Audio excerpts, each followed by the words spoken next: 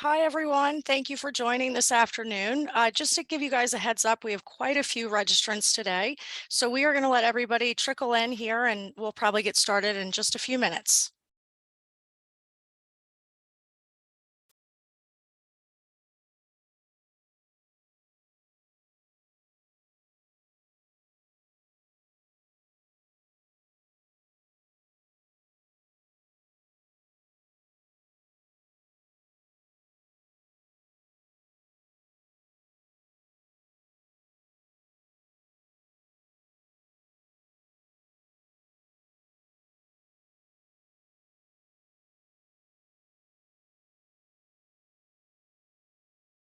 Hello, everyone. Thank you for sending in the chats. It's so fun to see where everyone's located all across the country. I am here in Maryland, not too far from Baltimore. So hello down there, down south. I think I saw a couple folks mentioning they're from Florida. I'm jealous of your weather. San Jose, wow, all over the place. Well, thank you guys again for joining.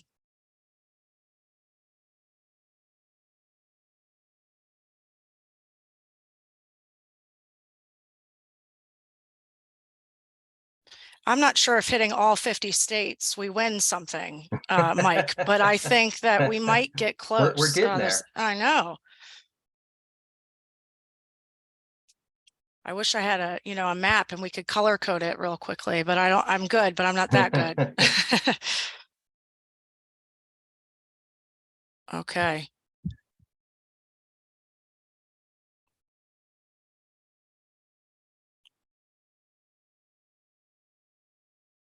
What do you think, Mike? Another minute or so? Yeah, well, another minute sounds good. We're ready to roll. Okay.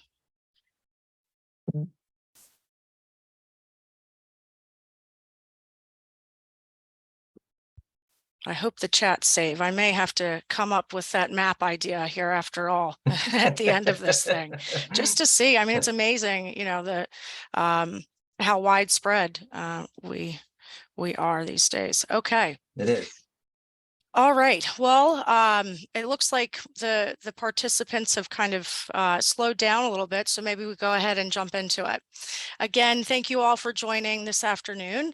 My name is Megan Walsh, and I am our Salesforce Partnership Manager here at DonorSearch. But with me today is Mike Snooze. He is with our partner Tatango. So we're really excited to bring you guys an innovative tool, tell you about some options that are available to you. And we'll be doing some fun polls. It is a little bit that we have to cover today. So, no need to be overwhelmed. We'll send a recording, answer any questions, of course. But why don't we kick it off with our first poll, if that sounds good to you, Mike? Yeah, sounds great. Okay. And of course, if there was anything you'd like to add to that, sorry, I'm ready. That's Ready okay. to get Yeah, going. so the first poll we have here is, what challenges and obstacles are you facing to achieve your fundraising goals? We'll give you about 30 seconds to answer. Okay.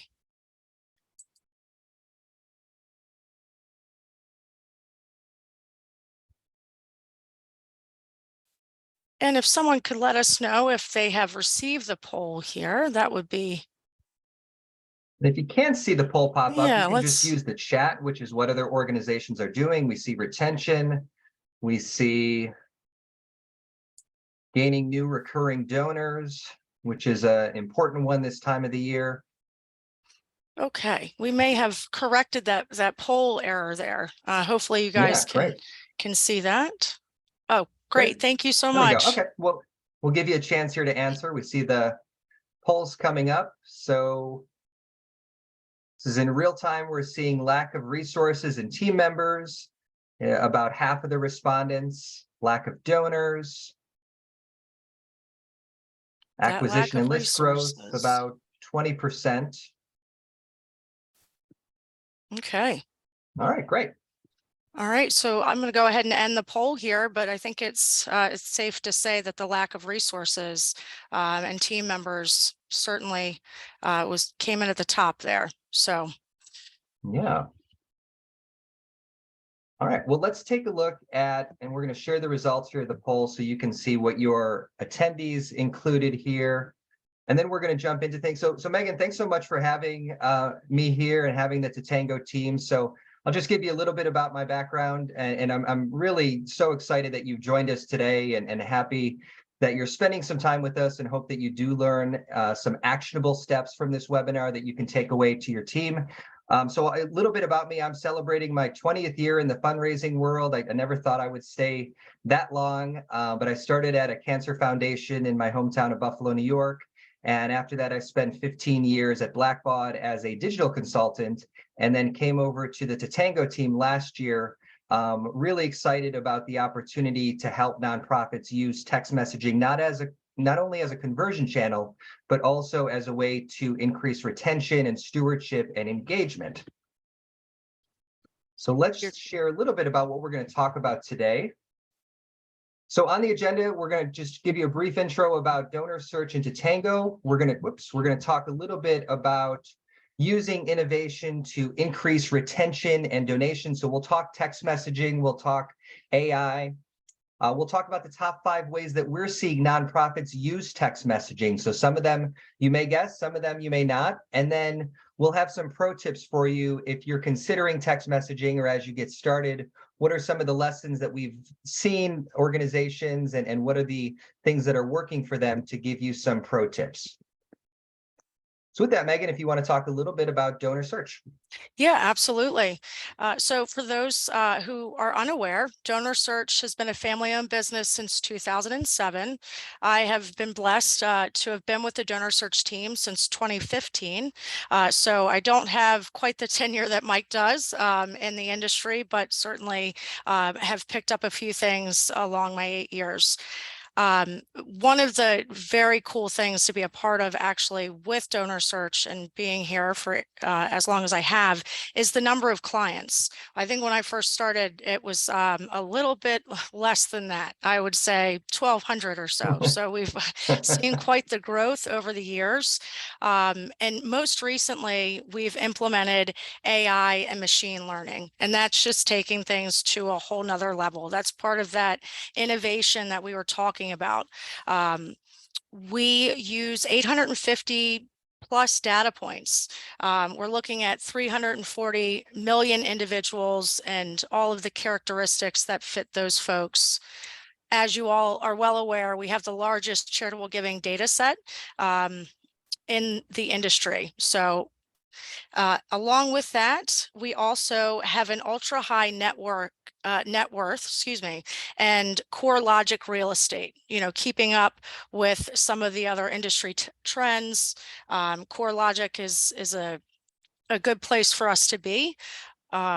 So with that, Mike, I will go ahead and talk about some of the core values I think that we both share as a company. A commitment to a common mission is really one of the reasons why we've partnered together. Innovation is DonorSearch's, or one of our core values, and community happens to be one of Tatango's core values. Yeah, and Tatango has an acronym. We have our values, it's CARES, and the first one is community. And so we live those just like DonorSearch does, by making a positive impact in the communities where we live. We are a remote company, so we're based all over the country and really across the world. And through our values and teamwork, we make a difference and an impact in the different communities where we live. Absolutely. Collaboration happens to be one of those core values of DonorSearch too. So I think that goes hand in hand. Nice. Yeah.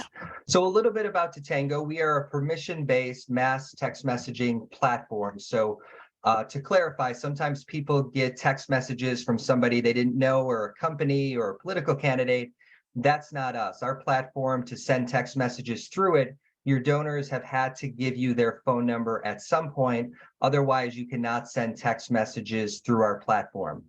It's simple to use. So I come from email fundraising and digital fundraising, and there's a lot of content in email and other channels that you use for fundraising campaigns and stewardship that can just be taken and pared down and added to a text message and sent. So it's very simple to use, no HTML, JavaScript, none of that. Very, very easy to get messages out. We've raised 400 million in donations, so we focus our platform, and our core audience is the nonprofit space and political campaigns, both sides of the aisle. But really, the functionality in our company is focused on a text messaging platform that helps organizations raise money. So when we have new features come out, it is fundraising based. It's based off of last gift amount and different features like that. We have integration. So we have integration with Fundraise Up, Classy, Salesforce, building them with Luminate Online and others. So part of being in the nonprofit space is it's important to have those integration, advanced functionality, automation, testing, segmentation. And the last one, you may not know what that means, but unrivaled scalability and throughput. We can send a lot of messages, hundreds of thousands, at a very high speed. So when it is Giving Tuesday or December 31st, or another deadline focused campaign that you have, those messages are going to get through quickly. So let's talk about using innovation to increase retention and donations. And surprise, the innovative tool is text messaging, which it's not exactly innovative in that we've been using text messaging forever, right? But what is innovative is that text messaging started a long time ago. And nonprofits and fundraising, you probably first heard of it, or maybe first heard of it back when the Haiti earthquake happened in 2010. And from small text message donations, 43 million was raised from that after that disaster. And it was people texting a word to a short code and giving $10. And so text messaging has become innovative in nonprofits the past few years because it's much different now. Instead of asking somebody to text and give $10, we send them a link to your donation form because we know people give much more than $10 typically online. We know that there's retention and stewardship that's going on. And so it's very different than it was back in the day when Haiti happened. It was tough to get the donor information from phone carriers. So nowadays, nonprofits are using it. It's always been a reliable conversion fundraising channel. But over the last couple of years, we're seeing more and more organizations use it to address donor retention issues. And we know donor retention has been on the decline, and they're using it not only to ask for money, but also to report back and cultivate and steward their donors to try to improve that retention rate. And Megan's going to talk a little bit about donor retention. Yes, actually, and I think this is industry standard, right around, the 40 to 45, somewhere in between there. But everyone knows that, retaining a donor is tough. It's one of the things that, of course, organizations are measuring all the time. So donor retention rate, only 4% of lapsed donors give again.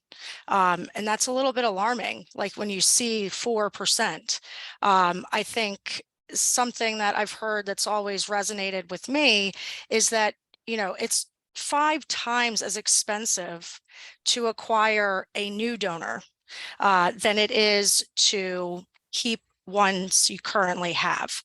So speaking of that, keeping the donors you currently have, why do they stop giving? So they're not being thanked, not being asked again. They weren't sent their impact, the outcomes. They don't know how they are impacting your organization. And they need to be trusted. The donor needs to trust your organization.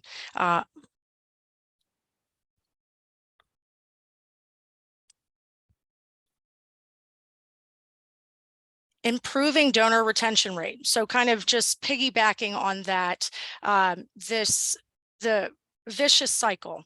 Our friends, or credit to the Better Fundraising Company, here is that vicious cycle. Repeat, ask, again, that trust, some of those values that we just talked about are where you're going to see that donor retention. If you guys are following these steps, keeping donors is going to be a much easier task for some organizations. Yeah, and so it's an important point, Megan, because after you ask for a donation, the donors need to be thanked. They need to know they received the gift, and they need to hear the impact of the gift and the report back before you ask again. So thanks again to Stephen Screen and the Better Fundraising Company for letting us use this great graphic here. But what can happen is, because the different communications that are being sent, some of them in this cycle may not be received. And so in my experience working with nonprofits over the years and working with them on their digital marketing and fundraising program, in my experience, about 80–90% of the constituents they have email addresses for are not opening up the emails that they send. And here's why. So about 5 years ago, you probably know that Gmail advised organizations and everyone to only send to those who open your emails on a regular basis or recently. And if they don't open, if they haven't opened recently, Gmail recommended suppressing them from future email sends. So this took a while for nonprofits to embrace this. But the point was, if they wanted more emails in the inbox to the people that wanted to receive the emails, instead of those emails ending up in the junk folder, they needed to suppress those email addresses that haven't opened in a long time. And a lot of times nonprofits suppress those who haven't opened in 6 months or longer from their email program. Now, they may extend that slightly for donors and extend that out to 12 months. But in my experience, when they suppressed and excluded those who were not opening in the last 6 to 12 months, that knocked out 50 to 60% of the email addresses in their CRM that were no longer receiving email. Couple that with, when you send an email, about 4 out of 5 people, 22%, are not opening that email. And so you have all these emails in your CRM, but a small percentage, maybe 10% of them, are opening that email when you send it. And so there's this big gap of constituents and donors that are not receiving communications. And if you're relying, direct mail obviously is wonderful and is a high conversion channel and people open it, but we can't send direct mail for everything. So nonprofits are searching for other ways to be able to reach donors with those asks, to retain them, to give again to a campaign, to thank them, to report back. And if they aren't reaching them, then that breaks down that cycle. So they're using other channels, and you're probably using some of these yourselves. So they're complementing email with other channels like text messaging and like digital ads and social ads and search ads to try to get their message, their campaigns, their stewardship, their videos in front of their donors. And so they're relying on these different channels. Text messaging is one that really complements email well because it has a 99% open rate, which you probably know. As you're on this webinar, you may look at your phone and you probably don't have any unread text messages, or if you do, when you get off the webinar, you're probably going to open those at that point. And so 99% of texts are open. But what's even more interesting for nonprofits, I think, is that 90% of text messages are opened within the first 3 minutes of being received. So when you have giving days like Giving Tuesday, or even if it's a simple back to school campaign or Mother's Day campaign, there's so many deadline focused campaigns that nonprofits run, to be able to complement email and get your messaging in front of people.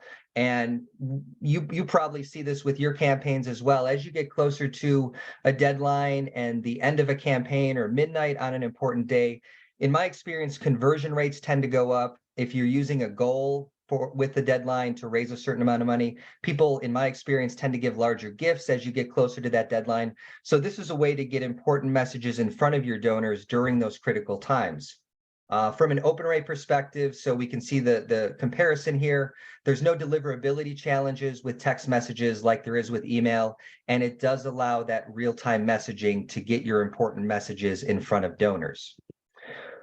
compared to digital ads and social ads. So M&R benchmark report includes some benchmarks on what is the ROI on display ads and social ads and search ads.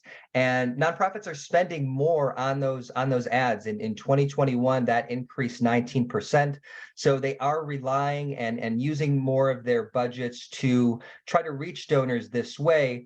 From what we see at Tatango with our ROI, with nonprofits working with us compared to the cost to raise $1, we see that the ROI for text messaging is much higher than those digital display ads and social ads. It's a little higher than search ads. Search ads, though, you tend to run out a little bit of words to advertise after a while, but that does have a high ROI as well. Hopefully, you're using Google Grants and things like that to be able to advertise additionally through search ads.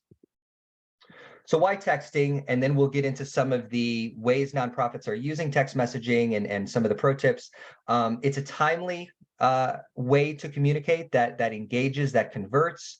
Open rates are higher, the ROI is high, and it's one of those tools to have in a toolbox for your important campaigns, for the multi-channel campaigns, that is becoming more of a staple within those multi-channel campaigns. We'll talk a little bit later about emergency giving and how text messaging is a good use case for that. But to have that ready for emergency giving opportunities or for giving days or important campaigns, the channel has to be ready. It's not something that you can just turn on overnight. So with that, Megan, I'll let you talk a little bit about the importance of data and segmenting messages before we move on. Absolutely. I mean, I think, that is what DonorSearch has excelled at, identifying those prospects that best fit, as an example, an annual fund likelihood, or excuse me, not likelihood, but an annual fund prospect versus a major gift prospect. So targeting those folks and the type of ROI that you can see versus segmenting and targeting those specific individuals is very different. I think, a nice way to put it too is it's data-driven decisions, right? You are allowing the data to show you, teach you, and then making effective action based off of those data points. So that takes us into the top 5 ways nonprofits are using text messaging. And the first one you've probably guessed, or we'll get into that in a second. We do have another poll here. Apologies. How do you use text messaging within your organization? So we'll give you a moment here. The poll looks like it has popped up. Second time's a charm. Second time is the charm, Second exactly. time. So we'll give you about 30 seconds.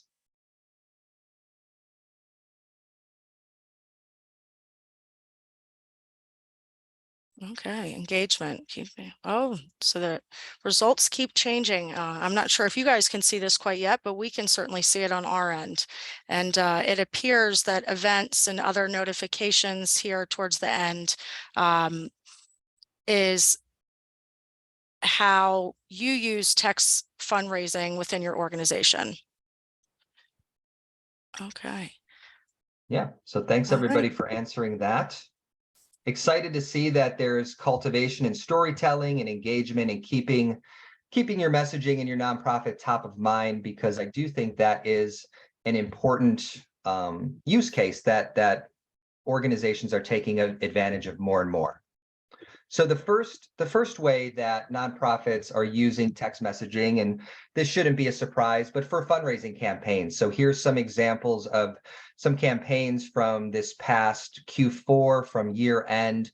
And so it makes a lot of sense to be able, as I mentioned, with the open rates, with the immediate opens that text messages have, to be able to get your messaging in front of your donors and your constituents for important campaigns. We're seeing nonprofits be more strategic about their segmentation. So they're looking at what are the best ways to drive that ROI and have the higher ROI. testing out different segments, people who gave to GIFs in previous campaigns, recent donors. They're testing it with lapsed donors and measuring the ROI. And I think that's an important piece of it. But within fundraising campaigns, so you may only get or be used to what's called SMS text, and those are sort of plain text. You have 160 characters. There's no images. There's no video or animation. And we're seeing more and more nonprofits take advantage of what's called MMS, multimedia messages, where you can include images, you can include video, you can include things that we know work on other channels like countdown clocks and thermometers, audio files, to be able to actually bring the message to life and to engage people right away. Here's a couple of great examples of just the images, the eye contact, and so being able to have that emotional connection via a text message that's important for people to donate. One of our customers added text messaging to their giving day last August, so they used text messaging for the first time on their giving day. And in that, the results of using it, here's some of the messages that they sent. It was a mix of SMS and MMS throughout the giving day leading up to it and afterwards. And so they increased their giving day total 32% overall, which was wonderful. What I thought was really interesting is that text messaging directly generated 10% of overall giving for March of Dimes. So traditionally in the nonprofit space, email generates about 15% of a nonprofit's donations online, according to last year's M&R benchmark report. So for this case, text messaging came close to that email fundraising benchmark by raising 10% of the total amount that was raised for the giving day. I'm going to turn it over to Megan now, who's going to talk a little bit about their AI-based scores related to fundraising campaigns. Thanks, Mike. So for those who have not had a chance to take a look at or really know much about the DonorSearch Insight scores or DonorSearch AI, we have created a host of scores that are here to predict giving likelihood using demographic data, wealth markers, that philanthropic giving. So millions of individuals, we're looking at households nationwide, and it's more predictive because we're using all of those data points taken on a national scale. So the two in particular we've highlighted right here are most likely to respond. That is our MLR score, and an acquisition model. The MLR score you want to think of as an enhancement to the classic RFM. This is an excellent way, or ranking rather, in identifying some of your most engaged donors, or really gauging engagement levels entirely. In addition to that, you have the acquisition model here. So you might have guessed it, which of your non-donors are most likely to give for the first time. I think everyone kind of drawing back to that segmenting and leveraging the data, I'm sure you can imagine how some of this could be impactful via text messaging too, and how you might be able to segment and target certain folks based on those insight scores.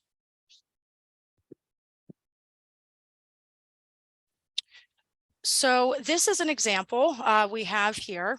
So increase donor stewardship and retention. Nonprofits are seeing text messaging as more than just a conversion channel. It's underutilized, but it's up and coming. Stewardship and retention, this is a great stewardship and retention channel. In the first example you have here, this was sent out to donors before Thanksgiving to let them know that they were thankful, that they were thankful for you. So I'm sure you can see the type of impact that has, that type of stewardship that that can create. And then your second example here is an alert. One of your monthly givers who's had a failed payment.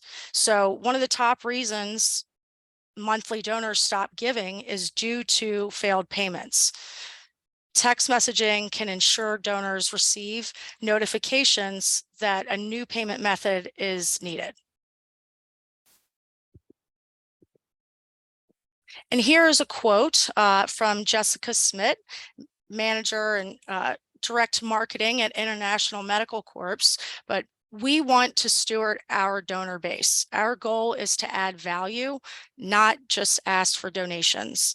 So I think that says it there. Again, you're creating community. You're stewarding your donors rather than just that vicious cycle that we looked at before, where, you know, it's just ask and repeat.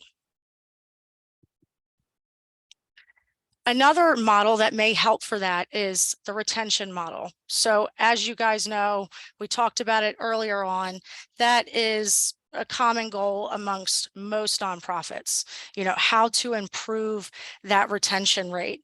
And one of the things that, you know, I've found interesting too in my studies and just learning about retention in general is that, you know, higher ed typically has a stronger retention rate because that affinity is already built in. So it's becoming increasingly more important for nonprofits to, you know, have that impact. You really need to make much more of an effort and tailor your message to keep your donors. And our retention model will simply tell you who is likely to give for a second time. Great, thanks, Megan. And I see we have a couple of questions. We'll take questions at the end of the webinar. We'll make sure to stay on and answer any questions that we have.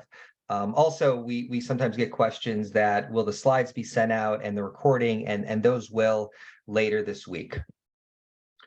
Another way that I'm really excited that nonprofits are using text messaging is to increase engagement. And so I've shared three really good examples here where there's no mention of donations here, and sometimes organizations will put that sort of at the end as a PS, but these are just ways to deepen the relationship. The first one is a great example from Save the Children. It's around an awareness day, which I think is a great use case for text messaging and having a communication immediately get to your donors during that awareness day. And sometimes organizations ask for donations. Sometimes they just provide value, like Save the Children has here, where they're helping their constituents learn to talk about a disability on International Day of Persons with Disability Day.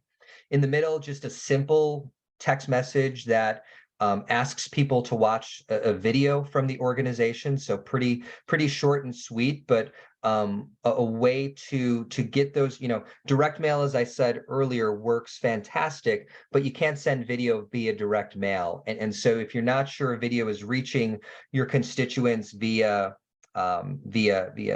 email or social or other channels, this is a way to, and I'll show you an example of how you can actually have video directly in the message, but just reporting back on those stories and getting them in front of people.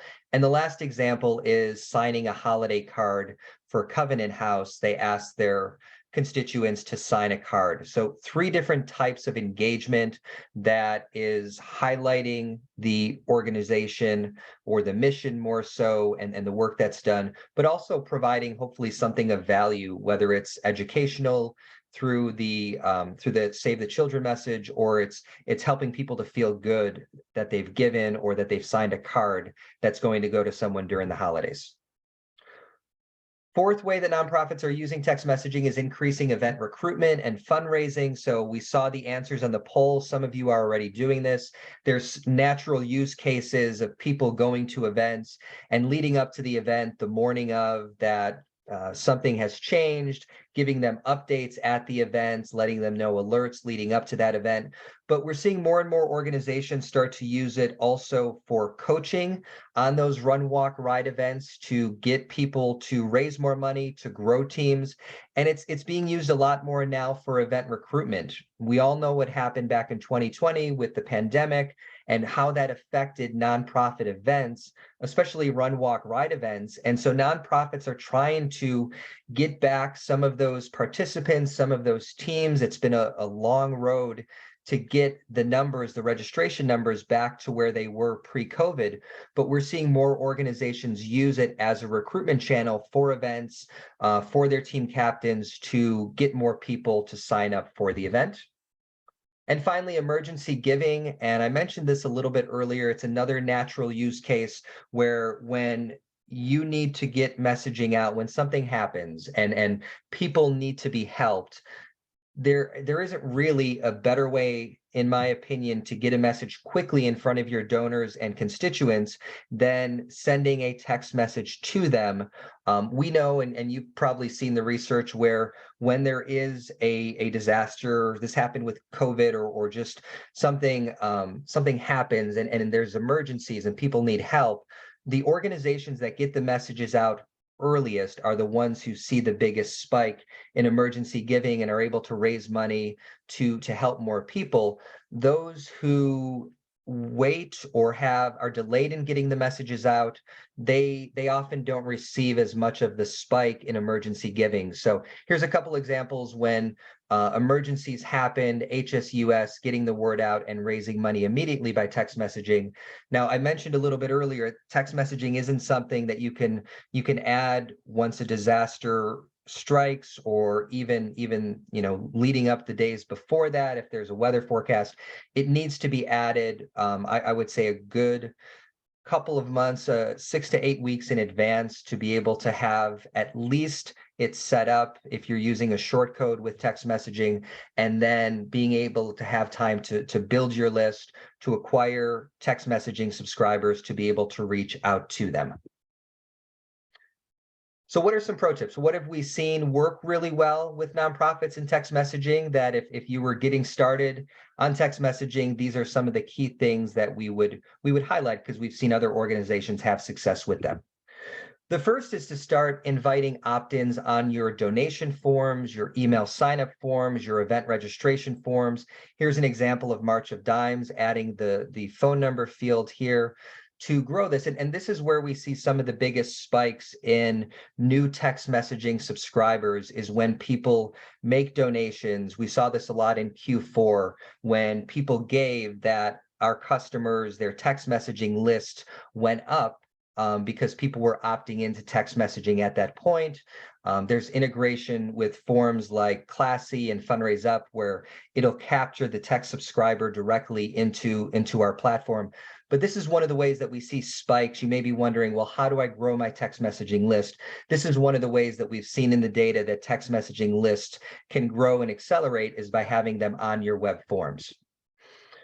Another way, this is an example of one of our customers who sent out an email to their email list inviting people to subscribe to their text messaging list. And so this is another easy way that nonprofits can cross-channel promote text messaging to their email list. With this particular example, we saw over 500 new subscribers in one day that came from that email. So those are a couple of easy ways to get the list going if you're having any sort of reservations about, well, how do I grow my list?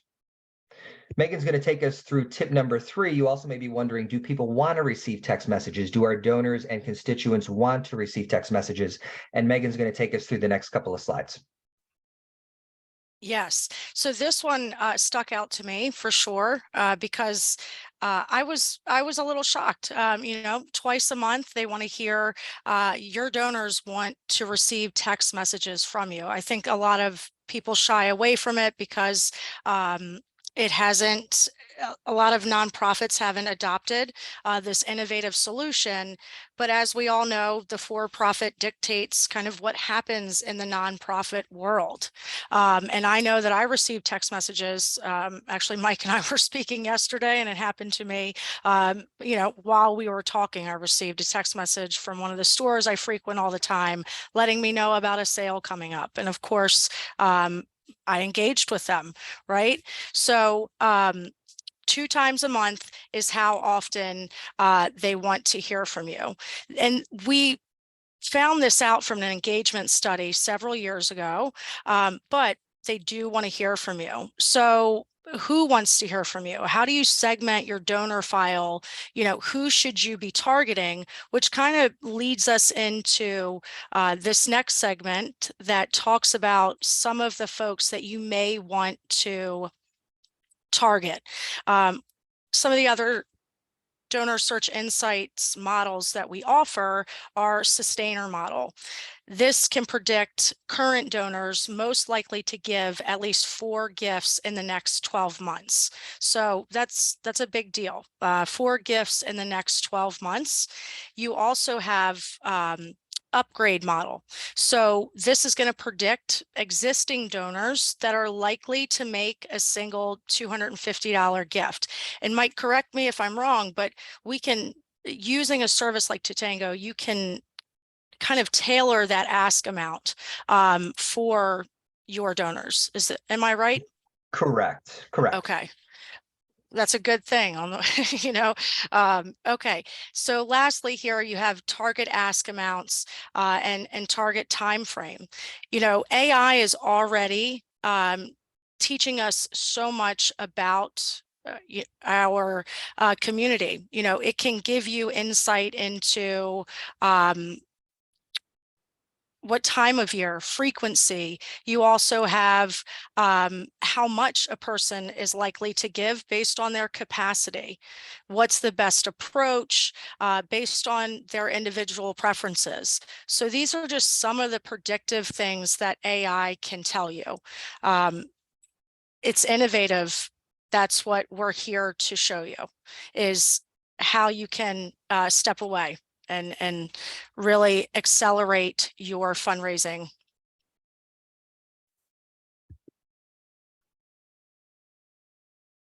Okay, tip number 4, mix fundraising and cultivation texts. So it doesn't have to be all fundraising. I think with the emergency giving and some of the things that Mike mentioned earlier on in the webinar, when people hear text messaging for nonprofits, they immediately think of fundraising, when that's not the case. So we've provided a couple examples here that show you the 2 different types.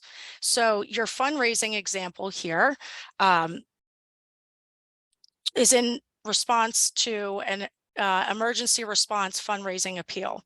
Then you have your cultivation, which, in this case, they're updating their donors. They're letting them know, specifically 4,000 beagles removed. I'm pretty sure most folks have heard about this. I know a bunch of beagles came up here to Maryland as well, but it's thanks to your donors for support and encouragement, gives another way for them to be involved as well. Yeah, and I love that, Megan. I love that they give people ways to find out more, to be able to adopt a beagle. So when it's timely and they have all of these dogs that need a new home, they're able to get the word out really quickly. Tip 5 is using video and GIFs. So you can actually play a video in a text message. I'm going to show you an example here in a second. Video actually, when you, as I've been digging in and researching video and more and more, and video is, there's a stat I saw that when you watch a video, you retain 95% of the information versus 10% for text just by itself. So this was an example of World Hope International. After Giving Tuesday, they sent out a thank you video. I'm going to play it here for you, but this sort of animation of videos, it can be something as simple as an audio file that your president records the day after a campaign and sends it out, and they can listen to it, or countdown clocks, or thermometers. I think this really adds an interactive element to it. It brings it to life. I'm just going to stop talking and actually just play this so you can see it. You won't be able to probably hear it, but I think the visuals, normally there is the sound, but we can't play it here, but you can see the visuals. Still impactful nonetheless, I think, Mike. And everybody, the 30-second videos here nowadays with TikTok and all of your different video platforms, this is what people want to see, and it'll grab their attention. Yeah, completely agree. And even just from watching that, and that was part of the video, and we can include videos up to 30 seconds. So you can Very have that cool. quick snippet, but even just 7 or 8 seconds, there's a lot that you took away to see the impact of GIFs. Tip number 6 is it's really easy and to do A/B test messaging, and it happens, you get your results really quick. So this was an example of a Giving Tuesday. I think this was in November, and March of Dimes did an A/B test of testing matching gift, 3 times triple your gift, an image with a deadline of midnight. And they wanted to do testing to find out what worked better going into late December. So in their case, they found out that the triple match worked better earlier in the day on Giving Tuesday. The midnight deadline worked better later in the day on Giving Tuesday as you got closer to midnight. And they were able to take these learnings and apply them to their late December fundraising campaign. So A/B testing is really, I saw this with email a lot. Every email message was an opportunity to learn something. But with text messaging, it's really easy to separate your groups into maybe 10% of the list gets one message, another 10% gets another. And then with text messaging, you only have to wait a couple of hours before you get all your results and you know who opened and who clicked and who donated. And then you can send the winning message to the remaining 80% of your list. Or you could just sort of split the list 50-50 and take learnings and apply it to future campaigns like March of Dimes did. So I would recommend, if you're not using A/B testing with text messaging, I would recommend going down that road and learning what works so you can improve the ROI. And if you're considering text messaging, I think this is a good thing to do right out of the gate as you build up your list. Tip number 7 is, and this is our last tip, is to use what's called, so this is in the nonprofit space, P2P often refers to peer-to-peer fundraising. In the text messaging world, it refers to one-to-one texting. So the ability to text somebody with, you don't necessarily need permission, but you can text a constituent, a friend, whoever, and then you kind of have the back and forth conversation with them. Tatango is what's called an A to P or one to many, where you get the permission, you get the phone number from your donor or constituents, and then you can send mass text.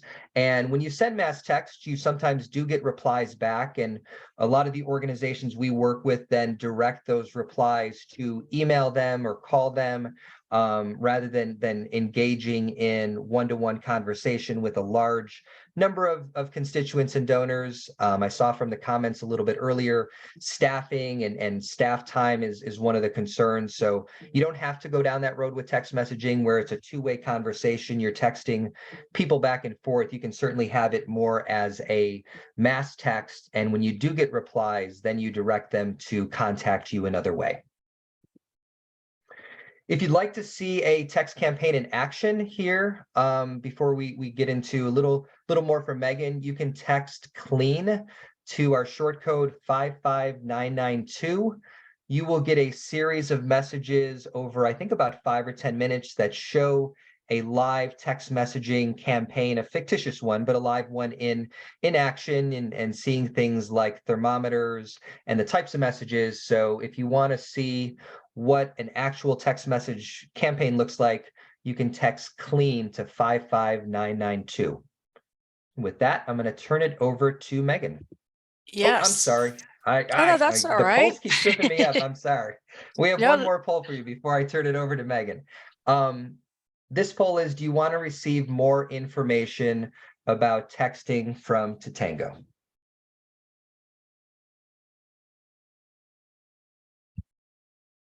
okay, so that poll has launched.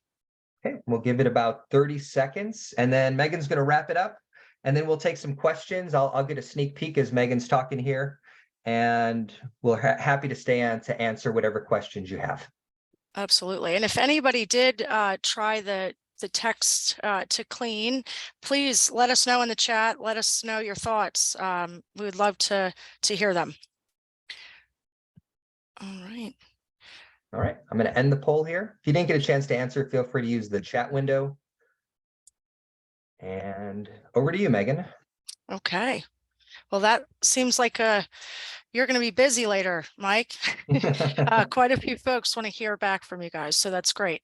Okay, AI innovation for effective action. So donor search, I mentioned earlier that we have a few new AI products, and I'm new to me. Wow, they've actually been out, I think going on 2 years now. So I should probably stop saying new.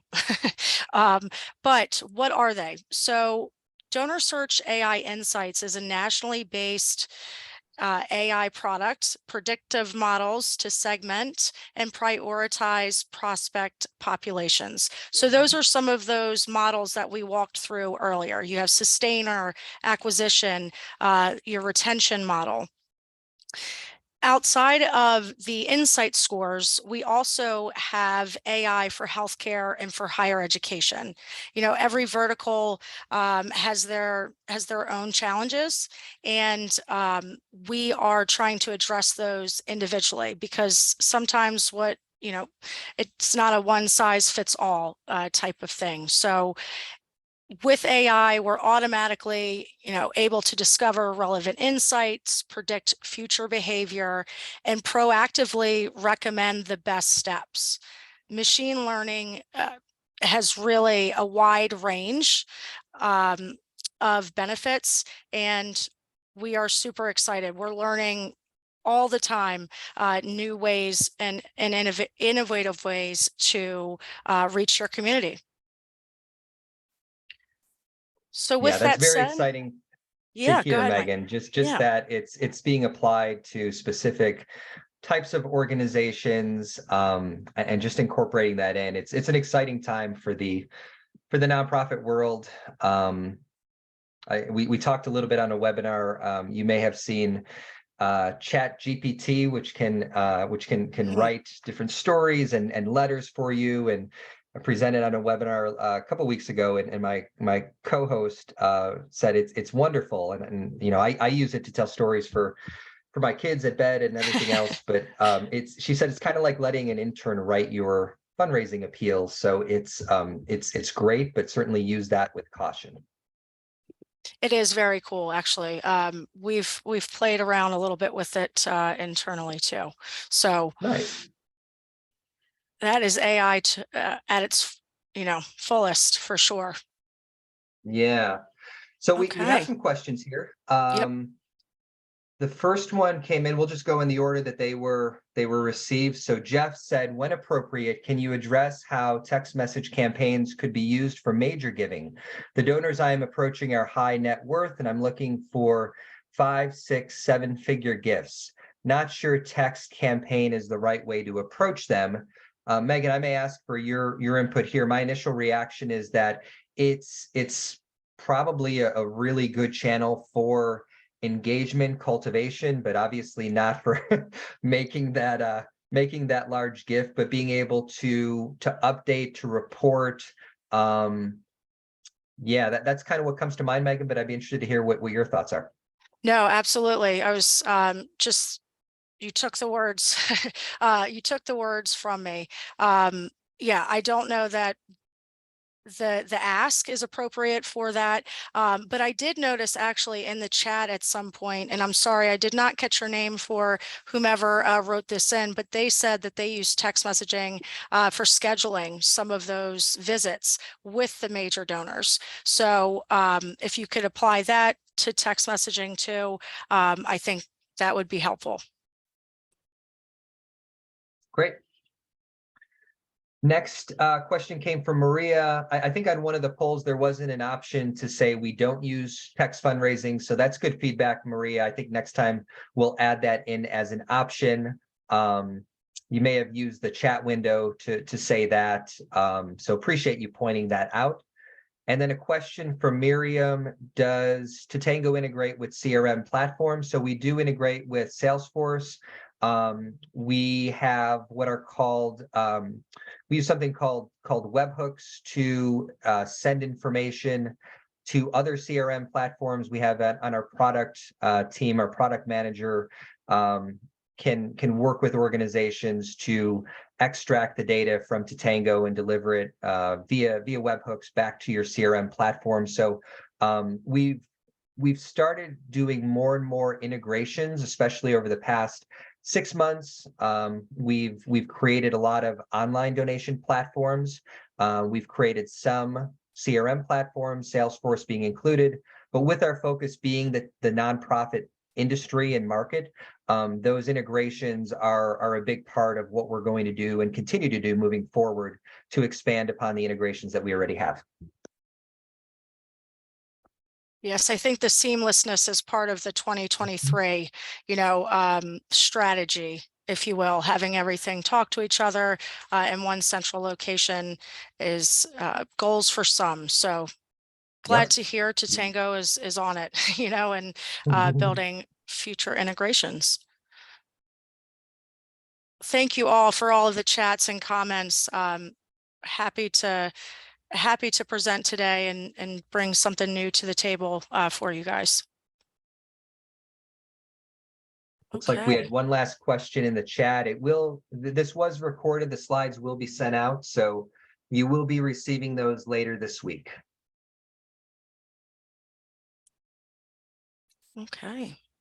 All right, looks like we wrapped up on questions. Megan, thanks so much for having us. It's great to be here. Thank you, And Mike. I really appreciate everybody who took time to join us today, and hope you all have a great rest of your week.